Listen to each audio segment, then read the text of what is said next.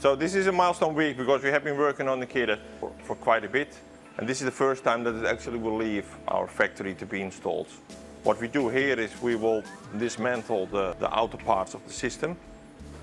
They will be shipped to the customer, as well as we will prepare it for shipping. And this we have to done very carefully because as it still is a heavy box, it doesn't really fall over so easily. We want to protect the inside for during the transport.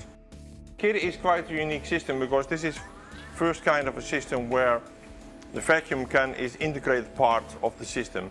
It is basically a vacuum chamber where the system is inside. So there we can use doors to access the vacuum space, and we have flat sheets that you can take apart section by section. In this way you can actually access the system with one person. A year ago we had a wooden model. We tested sort of like if everything that we had designed, if that actually fit. And now we turned this wooden model into a real life model within a year. And actually this is surprisingly fast to go from concept to actually shipping to the customer. This is something that I'm really proud of, that the team actually has achieved this. It was not very easy to do, but anyway we did it.